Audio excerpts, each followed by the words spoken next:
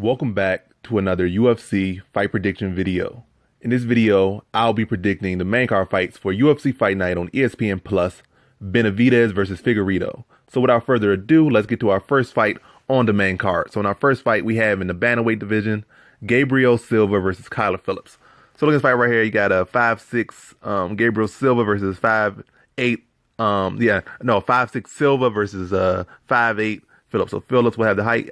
I think he'll have a small reach advantage. I think we had like a 73, 74 versus like a 71, 72 from Silva. So interesting to know right there. And looking at Gabriel Silva, I say his resume is a little bit better.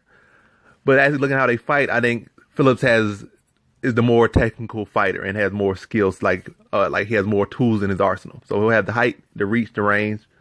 Silva, when he comes in there, he makes the ring very small, swings on you, lots of volume, lots of power. But also Phillips brings a lot of value. But with Silva, a lot of his shots are kind of smothered because he likes to smother you, likes to get on the inside, like to throw hooks, like to throw knees, like to get to the clinch, try to muscle you around in the cage. With Phillips, he's a BJJ world champion, I think at the brown belt level. He likes to fight kind of at the range. He has a real good right hand, a real good jab. He can get on the inside. That's where he lands his power, but he can fight it on the outside, so he can do both. But he's not really like one of the guys that's going to really want to smother you necessarily. He wants to keep you at the end of his punches. Whereas Silva likes to make the cage very small. Now I look at Phillips' fights. Most of his fights end pretty quick. And the only loss he had, which was not too long ago, was not because of him not being good enough. I think it was because his opponents kind of smothered him over time. That was a mixture of striking and grappling. I don't think Silva is necessarily going to implement that same strategy. That would be his best chance of success. But I feel like Phillips should be able to keep Silva on the outside. And also, looking at the last fight Silva had against Borg, yes, Borg is a higher level grappler and a more experienced grappler than Phillips, at least MMA-wise. But I think that Phillips could definitely look at that as a path to victory and mixing in the takedowns. And like he'll have more areas to attack than Silva. I think with Silva's more so we trying to smother and attack him on the inside with strikes. Phillips is going to be able to try to take him down, be trying to smother him, keep him at the end of his punches, end of his kicks, good teeps, good jab, real good right hand. Especially that right hand. If somebody want to come in with a lot of hooks and you got a real good right hand, that's going to set them up to get caught with that right hand. So good jab, then follow up by the right hand. He could definitely crack Silva a lot in this fight with that right hand. And mix his takedown, maybe off the threat off that right hand. So I think Phillips has a clear path to victory. And I think he has the more tools, the more arsenal. And I think he has just the frame for it. Like I said, he's taller, rangier, longer strikes, has that good right hand. And he has that pedigree in jiu-jitsu. So I just think he has more tools in this one. I think it's a competitive, close fight. I think Silva can definitely thrive later on because Phillips does slow down because he's used to getting quick finishes. But I think Phillips should be able to do enough in that first two rounds that maybe that losing that third round should still be able to win the fight. Close, competitive fight, but I got Phillips winning. So in this fight, I got Phillips via decision. Now to our next fight we have in the women's featherweight division, Megan Anderson versus Norma Dumont Viana.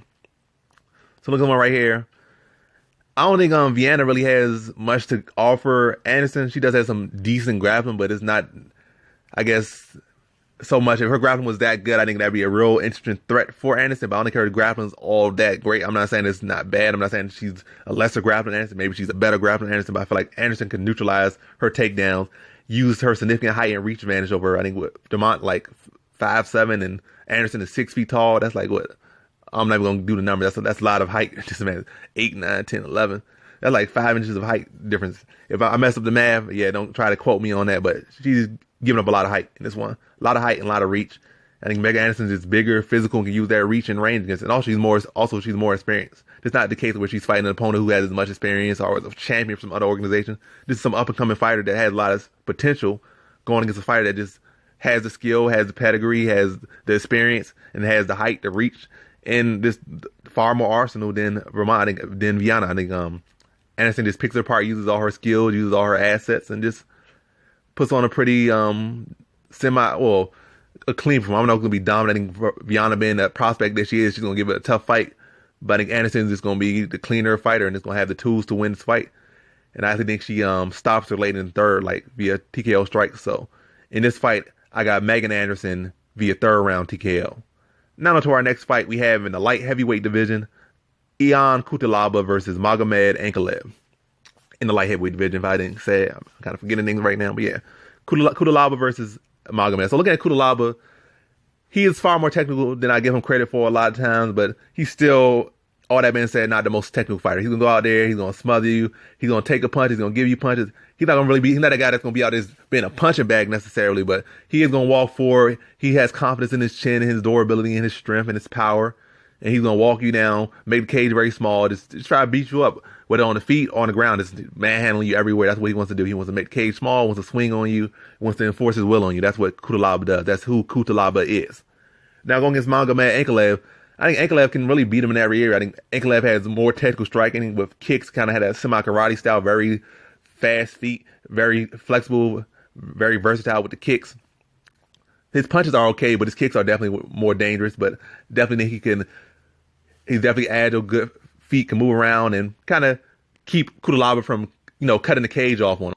Then also on top of that, Ankalaev has real good sambo wrestling, can get some good takedowns on Cutelaba. He has some solid grappling. So I really think Ankalaev is the more well-rounded fighter with more tools, and he's more technical than Cutelaba. Yes, Cutelaba is going to be physical, but I think if he tries to get physical, I think Ankalaev could throw him around. Ankalaev is even more physically opposing, and he's also more technical in the grappling, more technical in the striking. That's just how I see it. He's more technical. I think he's physically stronger, or not even just physically. I think the technique is going to definitely give him the edge in the grappling and the exchanges right there. I think he can take Cutelaba down, not with ease, but should have decent success with the grappling and should have a lot of success with the striking. Like I said, good footwork and the versatility on the feet, especially with the kicks. And his punches ain't nothing to really, just forget about either. So I kind of see Ankalaev really controlling this fight, controlling where the fight is going, when the strikes have been landed, the angles that are open and the opportunities. I think he mixes up his striking and his grappling, his MMA game. I think he puts on a semi-dominant performance against Cutelaba as the fight goes on. Like first kind of filling him out, and once he starts getting his range and his timing, I think Ankalaev starts to pick him apart. I think he eventually hurts him on the feet, gets a takedown, and submits him in the second. So in this fight, I got Magomed Ankalaev via second round submission. Now on to our next fight we have in our co-main event in the women's featherweight division, Felicia Spencer versus Zara Farn dos Santos. So this is probably the easiest prediction on the card. Yes, things can always happen, and this could change, and that could change. It's MMA, but this is just about as clear-cut as it can be. Dos Santos is just coming off a win. I mean, not a win, a loss to a fighter Felicia Spencer just beat. And yes, MMA math is not something to go about, but when you're in like the women's division, there's not really that much development in their skill set and how things are. And it's not really like, oh, this style beats that style. Yeah, like that much going on in the women's division. It's really just clear cut. MMA math is very relevant in the women's division a lot of times. So in her last fight, she got submitted by Megan Anderson, who got submitted in one round by Felicia Spencer. So by MMA math, Felicia Spencer should be able to submit Dos Santos pretty easily because she's actually a far better grappler than Anderson. And Dos Santos showed kind of poor takedown defense, poor grappling defense. And now you're going against a better grappler. And that's just really how I say it. Felicia Spencer just takes her down and submits her. And I think she does it in the first round. So in this fight, I got Felicia Spencer via first round submission. Now to our main event we have in the flyweight division, Joseph Benavidez versus Devison Figueiredo. So after a long time, Benavidez is getting another title shot, his third title shot. Had two against Mighty Mouse, lost them. Also, you got to look back, he had those great fights with Cruz and WEC, had two of those, had two over here, four now. But this is actually his like fifth major title shot. He's 0-4, now he's coming to another title shot. But he's definitely earned every single one because he's been at the top of the game for a very long time, doing very good in every single fight, except really title fights. Now you got Devison Figueiredo getting his first shot at the title. And now let me look at another thing interesting about this fight. I think this is kind of a styles matchup kind of work. Like it would have really been good if the Formiga fight was a title fight for Benavidez because he definitely would became a champion because styles just make fights. Formiga likes to take you down and grapple you. And also Benavidez had already beat Formiga and he just beat him again. Yeah. But if that would have been a title fight, that would have been real good for Benavidez because Formiga likes to grapple. He has been improving his striking, but mainly wants to grapple. And Benavidez has a phenomenal scrambling ability, so he could keep the fight on his feet, and he's a better striker than Formiga. So that style work out for Benavidez, and he would have been a champion. And also Formiga beat Figueiredo. And yeah, so it would have got him out the way, would have made sense, and Benavidez would have been champion. And why am I saying this? Because I think the styles kind of play against Benavidez in this one. I think Benavidez is a better wrestler than Formiga. Maybe MMA-wise, a better grappler than Formiga. But as far as control-wise and this like relentless like control on the ground and positional control, I think Formiga is better at that. I think Benavidez can get some takedowns against Figueiredo. I think he can have some success there, but I don't think he can have as much, consistency with that success as Formiga did. And I also think Figueiredo has improved since then. So what I'm saying is I think for Figueiredo can have the fight on the feet much more often than he had it against Formiga. And on the feet, I just feel like Figueiredo is the better striker. Benavidez is a solid striker. He's not textbook striker, but he's very effective, powerful. He knows where he's good at. A lot of misdirection. Then he can come up, angle knees to the body, and they can mix in takedowns.